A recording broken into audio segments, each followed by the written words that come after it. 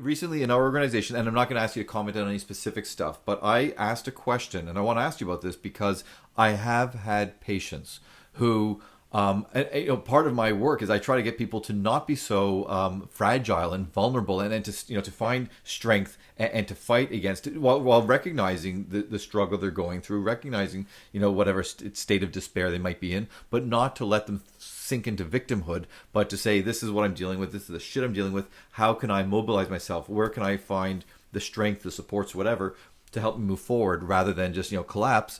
So having said that, I have had some patients over the years who said, because they know the work that I do, and they said, quite frankly, I'm offended by the term homophobe and transphobe. Okay, now I brought this up to our professional organization, the OPA. It was a legitimate question. I've got to tell you, I'm a big fan of synchronicity. So the fact that I asked this question, apparently, with a few minutes remaining on the International Day Against Homophobia and Transphobia, great timing. It's totally coincidental. It was what was going on. There was a Twitter war that was going on, so it just reminded me of this question I forgot to ask, so I asked it. So here's the thing. To me, it's not an issue, but I've had patients who said that they feel that, again, calling homophobia or transphobia when these people don't have an irrational fear or even hatred, it's just maybe ignorance or lack of awareness or something. They felt bad that A, they felt that their own disorder was being diminished, and B, they didn't like the fact that their own disorder is being associated now by dint of homophobia and transphobia, a hateful, ugly philosophy, so to speak. So I had patients say that. And in this day and age where we're trying to be more precise and more sensitive, I put that question out to the Ontario Psychological Association listserv, right? Honest inquiry. 50 emails later. Well, I got removed before so I didn't see all the stuff. I only saw the first few emails. I'm apparently back now as of today, but I was removed without being told. So that's a whole other story. But I want to ask you, you don't know me. You were just talking right now. And I've earned this reputation because of my stance before with Jordan Peterson and everything, which, and I made it very clear in my podcast, I don't agree with the way he handles certain things, and I would definitely have handled it very differently myself.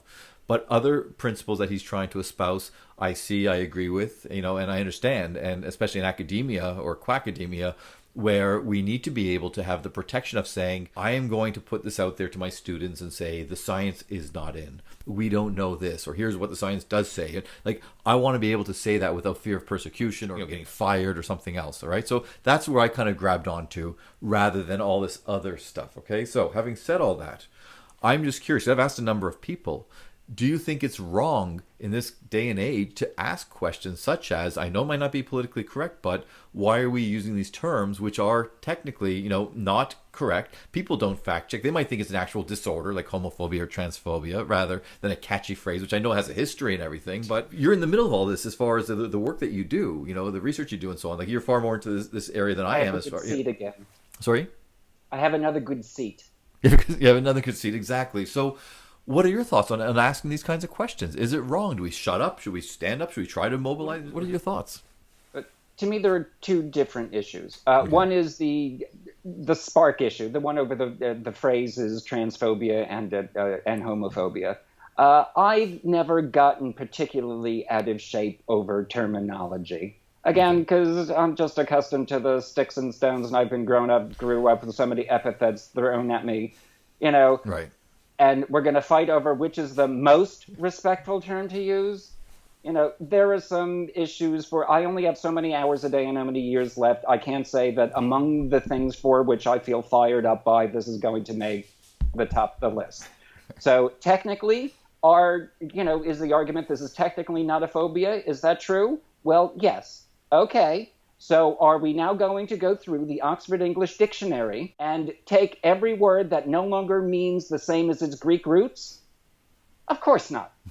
Does schizophrenia still mean a splitting of the neurosis and the psychosis? Clearly, I have an emotion here, but the emotion is not over the issue. The emotion is over, again, there are better places I would rather put this energy, personally. Sure. So I don't really disagree with it, but when everybody's fighting over who's the most victimized, the oppressor wins. So that question aside, technically, but I can't say that that's going to get me out of my living room and marching in a parade. What will get me off the couch and marching in a parade is free fucking speech. And that has been attacked not just by the right, but by the left. Although it's often getting couched in a left versus right issue, it's a really extremist versus thinking person issue. There's just as visible as an extreme left as there is an extreme right. And where I'd like to draw my border is between where we're not allowed to, not only are we not allowed to disagree, I'm not allowed to say that I disagree. I'm not allowed to voice my disagreement. I'm not allowed to argue for what it is that I think. Well, I don't care where on a political spectrum a person is. No. That will get me protests. It's just that my own political or emotional attachment to it is that I find it just as angering when I see it on, amongst my leftist sisters as when I see it on the right, but I'm more disappointed when I see it on the left.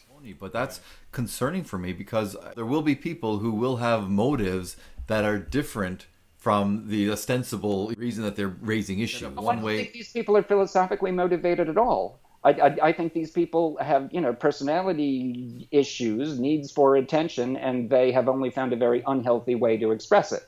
Now, I say this self-consciously. I also like my time in the spotlight, but I like to think that I found a healthy way to express it. That, of course, is for viewers and listeners to decide. But there are people who go to extremes not because the evidence demands that they go to an extreme, but because they get more attention when they're at the extreme. So they're at the extreme for the extreme's sake. Whether it's for attention or for evil purposes or whatever else, that assumption is kind of just negating any type of discussion. I mean, that you get shut down as soon as you try to raise something for a legitimate purpose. Like not, again, I'm not talking about saber rattling or anything, but just trying to say, again, from my perspective, it's like I teach at the university. I want to be able to say, here's what the science says, or we're not sure, and so on. Like I want to be able to have that ability. And I'll tell you, I said this on the list. I've had so many students who told me that in academia, at university, where they should be able to have this discussion, they're not having it. It's being overrun by ideologues. Correct. Right? And that's why the whole homophobia, transphobia thing, that was more of just a side thing. And again, just bad freaking timing, okay? But as I said, I was engaged some troll on Twitter had attacked me on something. They mentioned that issue, and I said, damn it, that had come out a few weeks before that we were talking about and it's like, so I thought I'd just put it out there to the listener. Like, I wanted to get feedback. So like, for example, wasn't Ken Zucker, somebody else had written about some of the history about like how these terms came about. For me, that's interesting. Good. Help me understand that. It broadens my perspective. I wish more people would say that. It's like, let's not just get triggered, quote unquote. Let's try to understand these things better, whether it's language, whether it's policy, whether it's an underlying psychological phenomenon. Because I'm just getting worried that truly, I'll just say right now, just yesterday I had a woman I did a podcast with where her daughter, at the age of 13, said suddenly she's a boy. No signs or anything before then, just at 13, they went to a therapist, basically specializing in trans issues. And the therapist, instead of exploring, well, why do you feel that way or anything like that, said, okay, we're going to put them on the path toward transition. And a few things about that. One, the girl's 13. So, first she was binding.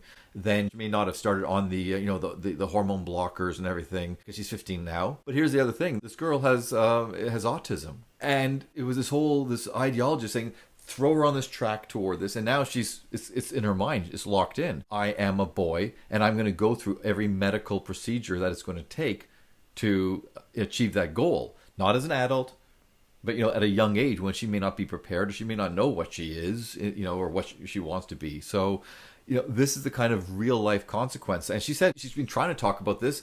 Everyone shuts her down. You're a transphobe. You're a horrible person. Like, you have to support your daughter. You're not allowed to talk about it. Oh, right. I was banned from the Reddit psychology page. One of the only actual psychologists on it for posting, an article essentially, pointing out, what autogynephilia is and what the follow-up research says about gender kids. Never mind debate or not like it or agree to disagree. Not allowed to talk about it. Were you talking about the Ray Blanchard taxonomy of the autogynephilic or extreme homosexual? Was that what you were describing, or just autogynephilic? That was in the article. And to somebody who's heard of one, it's the same cluster of debates that we're not allowed to talk about. Oh, I was just at the Alternative Sexualities Conference, which was in New York. brilliant conference. Michael Aaron runs it. If you get a chance to go to next year, will be the third one. It's brilliant. Okay. There was a trans person presenting, discussing, issues about the intersection between trans life and BDSM issues for people who are interested in both. Fine, interesting talk. Left out some stuff, and so at the end of the talk, I asked, completely neutrally, because I couldn't get a read on what she might think, so I asked it neutrally. What do you think of autogynephilia and internalized autogynophobia? The response is, we're not talking about that. No, we are just not going there. Next question. This isn't, I disagree. Now, right. Although it has often get couched on, oh, how dare you even question, no, it's like calling somebody a nigger, we just do not, Although it's being couched as virtue, I actually think it is exactly the opposite. They have no defense for it. Right. If we questioned it, the whole house of cards would collapse. So the only alternative is not to talk about it. And the only way to make that look legit is to count on people's otherwise naive. We don't talk about somebody who's victimized. Oh, no, we don't ask about, this perhaps sensitive issue.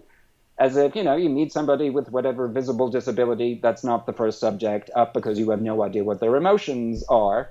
But when we're talking about public policy, and posts on Reddit, socially people are using that same instinct to be socially appropriate in order to look virtuous and make it look like that's the reason that we can't have a conversation, rather than they are simply unable to defend their point of view. And they defend their lack of defending their point of view by saying that, as you say, that they're being virtuous, or my catchphrase now, they don't recognize that being self-righteous doesn't equal righteous. Okay, right. But if we switch trans issues with the existence of God, right, and now we were talking about, we're going to debate this, but you're so holy you only have to say so. We're not going to actually debate the lack of evidence for it. Sorry, nope. And they're holy for they are a believer, and we will be condemned to where the fun people go.